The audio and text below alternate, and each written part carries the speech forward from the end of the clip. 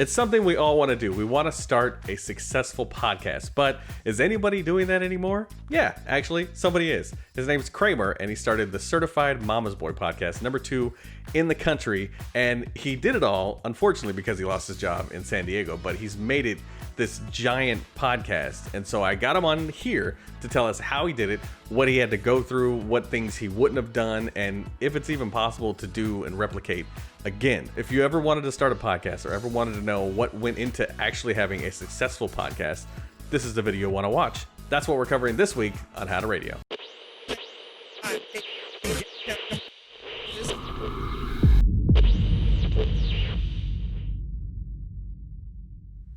Tell me about your podcast. Well, Certified Mama's Boy is pretty much just a feel-good podcast that I do with my mom. I was always considered a mama's boy, and it used to be something that I was embarrassed about, but I decided to kind of embrace it. And when I first started, I didn't really know. I think it's the podcasting world is so busy, and so you got to kind of find that niche and how you're going to be different. And I literally am good at nothing. I have no expertise knowledge on anything. So I was like, well, one thing that does make me unique is my relationship with my mom. So I wonder if I could create a podcast around that.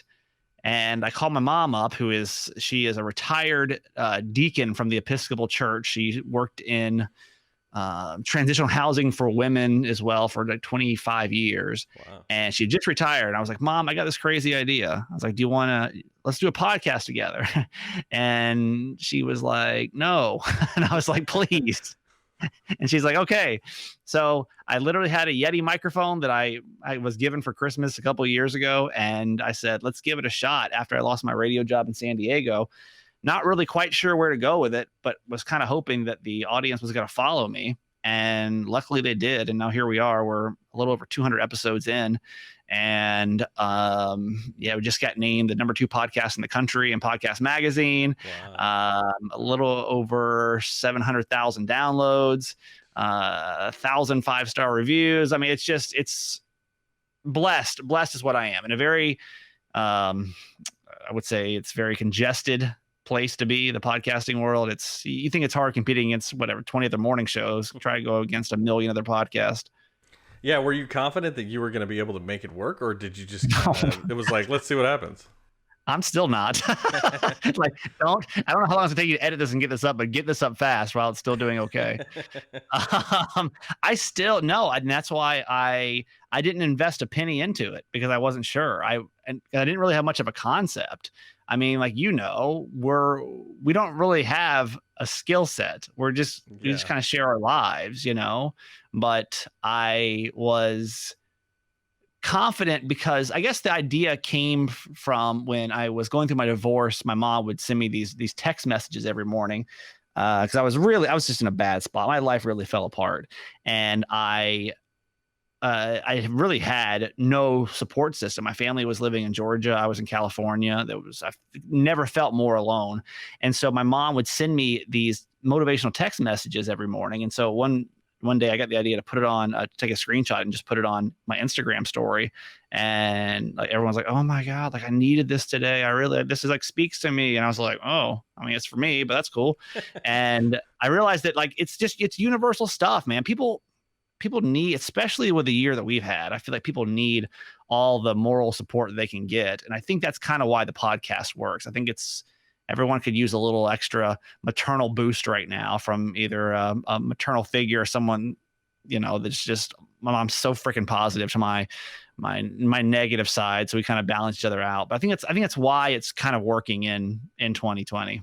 So it was kind of the perfect timing for such a podcast.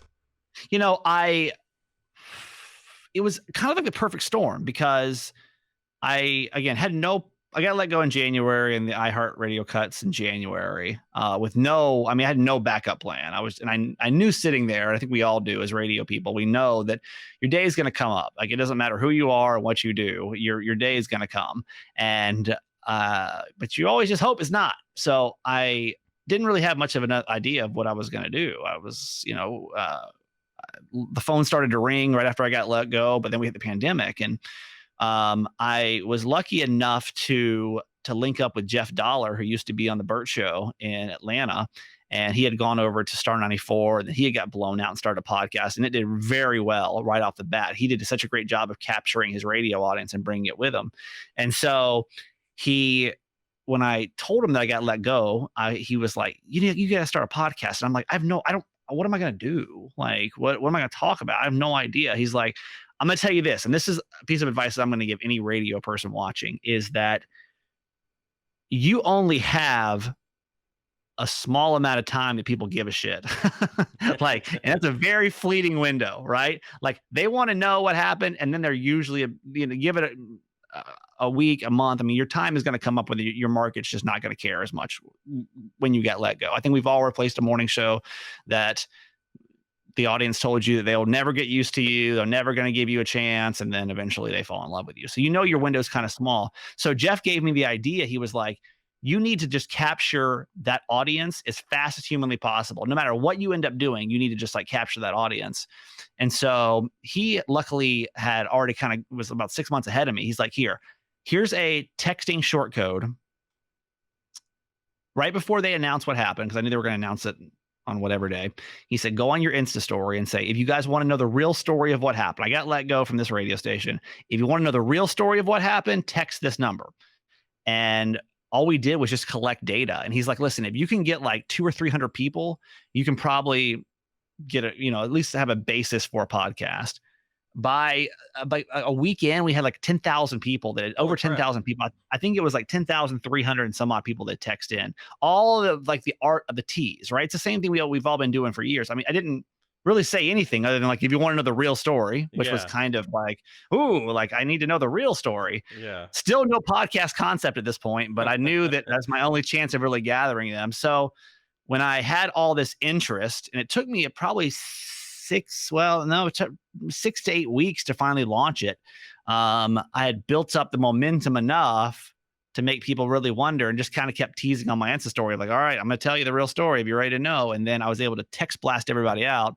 And luckily the audience comes over. I don't think that we as radio people realize that we have the ability now to capture our audience in so many different ways. And I think we do a great job with it when it comes to social media. And we're also protective of our social media channels and, what we post and what we let clients onto. But I haven't seen a ton of us yet that have really captured the podcasting space and used your current platform to build up your podcasting platform. I had to kind of do it in reverse. And now that I'm working over in Baltimore, I'm kind of still working on the other end of getting new audience to come in.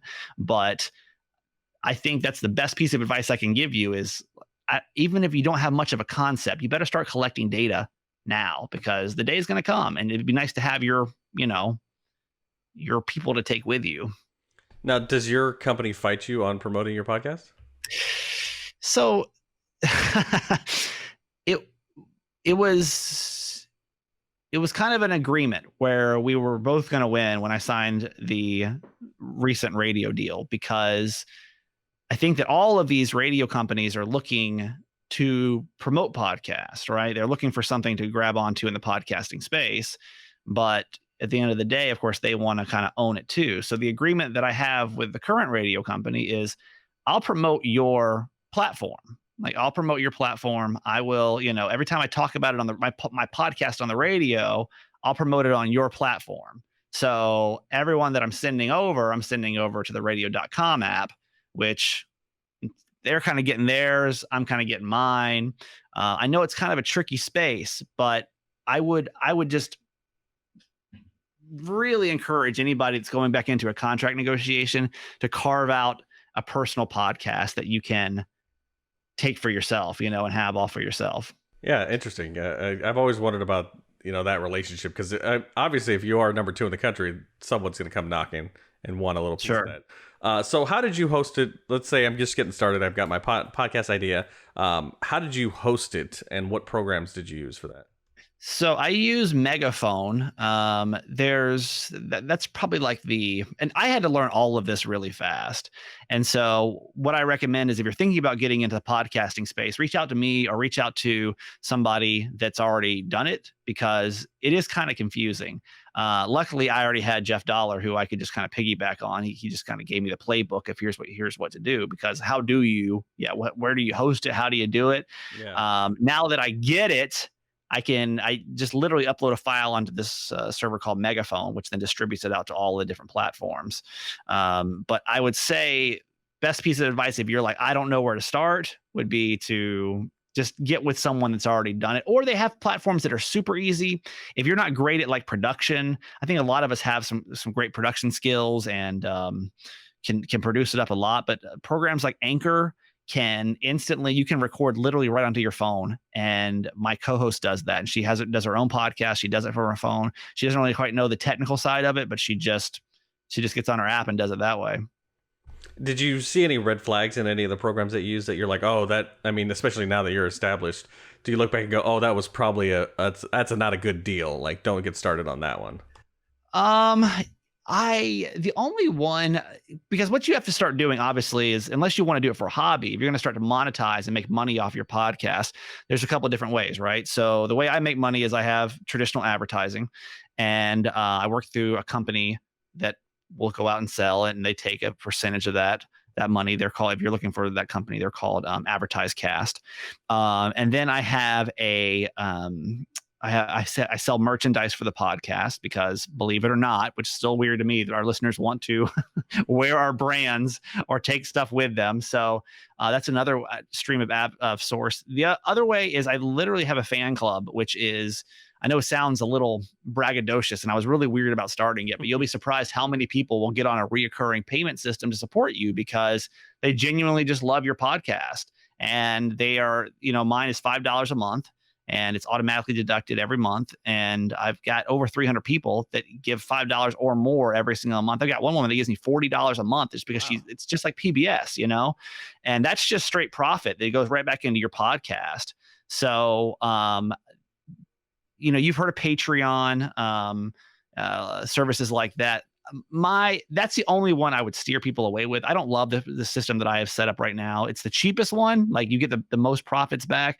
It's called glow.fm, and it's very basic. It doesn't give you much. You do get the most amount of profits, but I kind of wish I was like, had a little bit more robust features, different like tier levels of what you can give people. But that, going back to the podcasting, sorry, this is kind of not pivoting. Oh, no, that's fine. This is all good info. Going, that's kind of like the three tiers of making money from your podcast. Advertising, which I sell some myself, and then I sell some through a national advertising company, and then the fan club, and then I have the merch store. Okay. Now that you've got the built-in audience that you had from San Diego, and obviously you've moved to Baltimore now, how are you growing the podcast? What steps are you taking to make sure that more people are downloading it and more people are hearing about it? Yeah, it's kind of in a weird spot right now. I'm really actually in a weird transition because I think when I left San Diego, it obviously lost some of that localism. I started to see, I probably had 20 people out of my fan club drop out, start to see my numbers dip a little bit. Now it's almost like the same process of starting a morning show, which is you got to start building that trust, and you got to start just giving people a reason to get to know you. I expect those numbers to then, to go back up once I have established myself here. But what's really odd, I mean, we obviously all have platforms, but I say if you're in between gigs right now and you're looking for ways to promote your podcast and to get your numbers up, is go on somebody else's podcast and go on some other radio person's podcast, because most of our podcasts aren't about anything, right? Some people might, like if you got a sports podcast, and try to network with somebody and to go on theirs. Like right now, so since I'm kind of at my reach with San Diego audience is limited now, right? There's only so much I can do since I don't live there anymore. And my reach with this audience here, my initial goal is to get them to connect with me on social media. And then from social media, I'm going to push them over to my podcast. I kind of feel like that's the tier, like radio, and then they go to social, and then they go to the podcast. So right now, my objective on air is to get them to follow on social. If I can get them on social and get them interested in my life, then I can push them over to the podcast through that. I still promote the podcast probably once or twice a week on the air. But through either taking a clip in, like this week, every Monday I do something called Mom's Monday Motivation, where I bring my mom on the radio show and she just does like a quote or whatever for, yay, Monday. Yeah. And like this week I talked to my dad about Veterans Day. He was a Vietnam vet. And it's the first time I had the conversation with him about that. And so I took a clip from that and just look for ways to like repurpose. And I'll take clips from the radio show and I'll put them on the podcast and I'll promote them like each way too. So just looking for any kind of way to either latch onto somebody else's podcast or any other platform you may have access to. We all have audiences.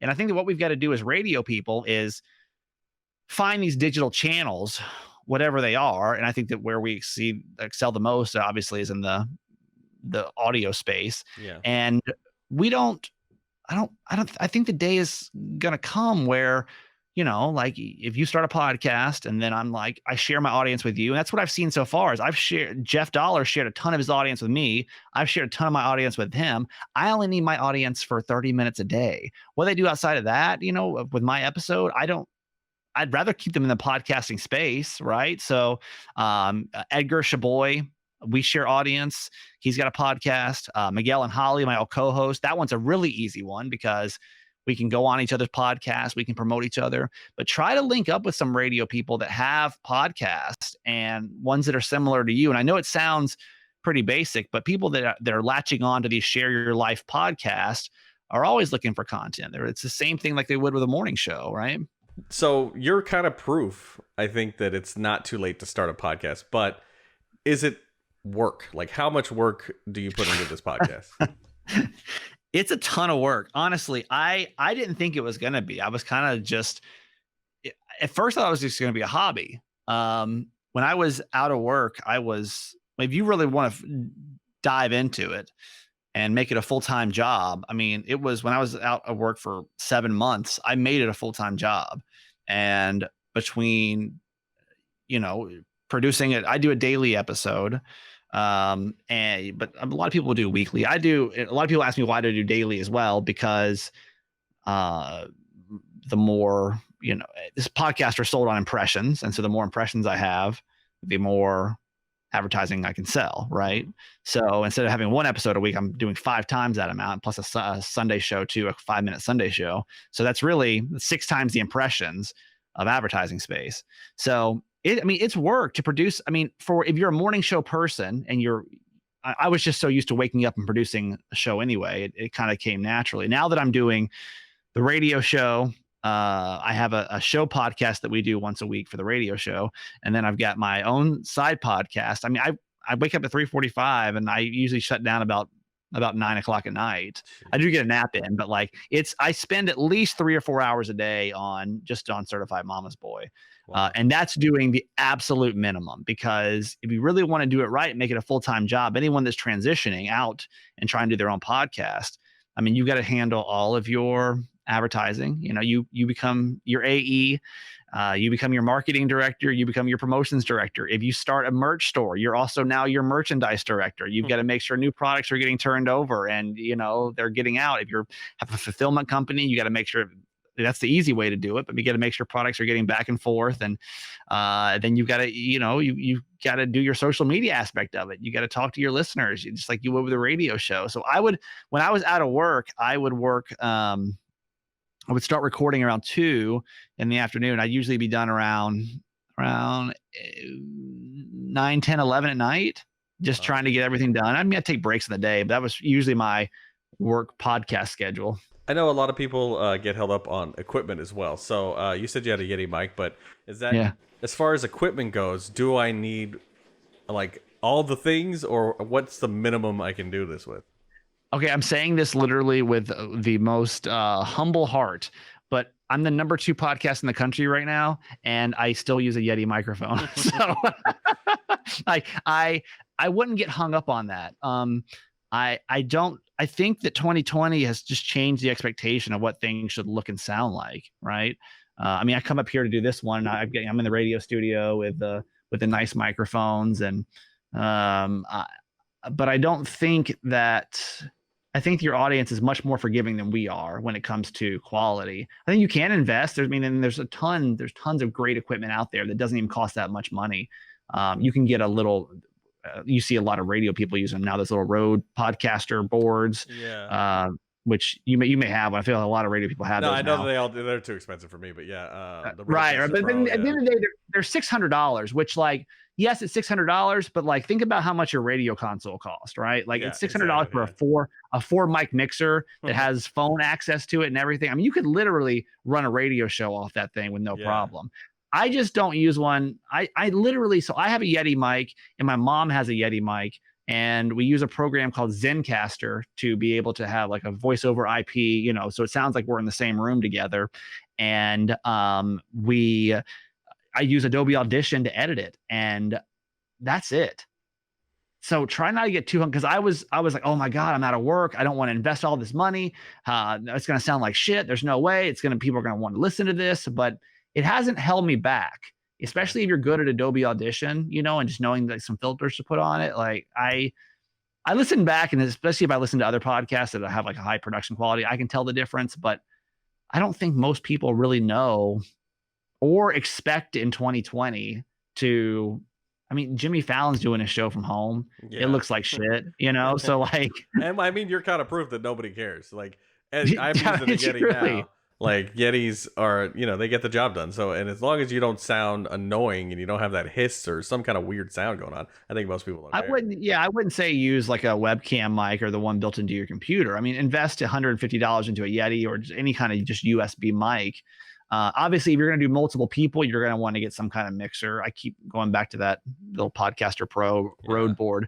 But I would say for $1,000, you could have a pretty nice podcast setup with two mics and sound just like a radio studio. And so you're doing it with your mom across the country. She's still in Georgia. Is that where she's doing it from? Yeah. So she's still every day she logs in from Georgia. And what's the delay on that? Like, because I think that opened up a world to a bunch of people, because they probably have a friend that's back home that they've always wanted to do a show with, and are kind of turned away from that. So what's the process of using that?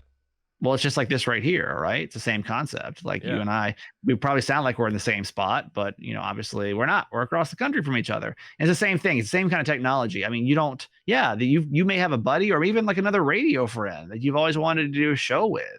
I would say now more than ever is the time to kind of explore that. And also one thing I haven't experienced yet, I haven't really seen this, is I haven't really seen a lot of people, at least they haven't come to me and said, oh, well, I work for this company and my friend works for this company, and so I don't know, we can do it. I bring on people from different radio companies all the time onto my podcast and vice versa. And I've never heard anybody. I just don't think that we're a threat to these radio companies yet. I don't think that it's like, I would say build your brand the way you want to build it and wait for them to tell you no versus asking for permission. Same kind of thing. Yeah, I think that's a good call. Yeah, that's something I worry about all the time. Like, I do a couple of YouTube channels, and obviously we do Twitch as well. And I'm like, at some point I'm going to start making money, and they're going to go, wait a minute, I want some of that money. But I think that's going to be, there's thousands, that's years from now. Right. But that's the thing is like I think the moral of this story is hopefully you walk away from this video saying like, I need to start capturing my audience in whatever way I can, because I mean, when we're recording this, we're here at the tail end of, hopefully a tail end of another big radio cut, right? Yeah. It's going to happen. It's going to happen. And there's a lot of people, I'm sure right now, feeling like they are just high and dry. And it's the worst feeling. And there's nothing better. There's nothing more reassuring. I walk into this radio studio every day thinking, if something happens today, I'm good. Like I can continue on. I'm glad I took that time to build up my stuff and to like get it going. And I still got a place to go and a brand that I can build on more and more. It's a little hard to build on two brands at once. I'm obviously having to kind of like take a step back from Certified Mama's Boy in the sense that I was putting in so much time before, but I still have it. It's there. And I'm going to keep putting time and effort into it. I'm going to keep spending 2 or 3 or 4 hours a day on it, because we have to get better about taking our eggs out of just one basket, whatever that basket may be, and have our own basket that we can always, that's the one that's not going to go away. Yeah. And I promise you, like, your listeners, either I've got the greatest listeners of all time, which it could be, but they literally will, they follow you. They'll support you. They'll follow you, they'll support you, and they want to find you. So you got to kind of get out of your head of being behind a big radio station. I know a lot of program directors want you to feel otherwise, of like, well, it's the station. If you've made the right connection, if you're a morning show person and you've made the right connection, it's so much more than that. It's so valuable to you, no matter what happens with you in that current radio station situation. Last question. Now that you are where you are, what would you do differently, and what of mistakes do you think can be avoided? I would have done this a whole lot sooner. Don't wait till you get let go. If you're sitting there right now saying, but I've got a radio job. I mean, that's how I was in San Diego. I'm on the #1 show in market 16, 17 or whatever. Like, why would I need a podcast? Like, that's for dummies. Podcasts are for dummies. They're for radio people that can't make it. And I would completely argue that fact. If you go and you start you got to be good at this kind of stuff. And some people are great at TV, and maybe that's your other side thing that you can kind of weave back and forth into. I'm not a TV guy. I don't have that ability to go to a TV job and then a radio job and then a print job. Like, talking is what I do. So I would have started like 2 years ago. You're already too late, honestly. Like, you're already late. You need to like start catching up. And so if you're not, I'm hoping this, by the time you're done watching this video, you feel motivated to like at least start asking questions or formulating an idea of what you want to do for your own podcast. Because that's where it's got to start. And then you have to take the leap. And don't get discouraged. I sat there for probably the first month of daily episodes being like, this is shit. Like, this is complete and utter shit. Like, I hate this. It feels uncomfortable. I'm sitting in a room. I'm with my mom. Like, this is awful. But you got to just give yourself that chance to see how it's going to do. And you never know where it could take you. I can't sit here and say everyone's podcast is going to be a success. But if you go into, what I found is that you've got complete creative freedom. It's something that every radio person has always wanted. No program director, no salespeople breathing down your neck, no GM. That's all out the window. It's your own creative space. So I hope that by watching this video, I wish I would have had this video, honestly, and had somebody there to say, listen, it's scary, it's weird, it's kind of strange. And hopefully you can start it before you get pushed into it, or until you get into a situation where you feel like you can't do it. Like, right now is the time. Like, podcasting is big. It's getting bigger. I forget how many podcasts were added this year because everyone got a Yeti microphone, but now is the time. Like, start today. Like, just start, go. Like, turn this off, stop watching it. Oh no, you get sponsorships at the end. I don't know. Don't turn that part off. No, nobody's paying for this. Okay. Okay. So just go, like, use this time now to just go create your podcast, create your own brand, make it so. I mean, my podcast, honestly, is what made me so desirable to other radio stations, because I can show how much I can do with just myself. Like, I created a successful show with nobody else. And I'm not saying like without people, but I'm saying with no backing, with no radio station, with literally just me and hard work and getting out there and putting together content every day and promoting it and doing what it takes to make it successful. And so I got sidetracked. That's right. Get it done. Just do it. Nike style. Just do it. Yep.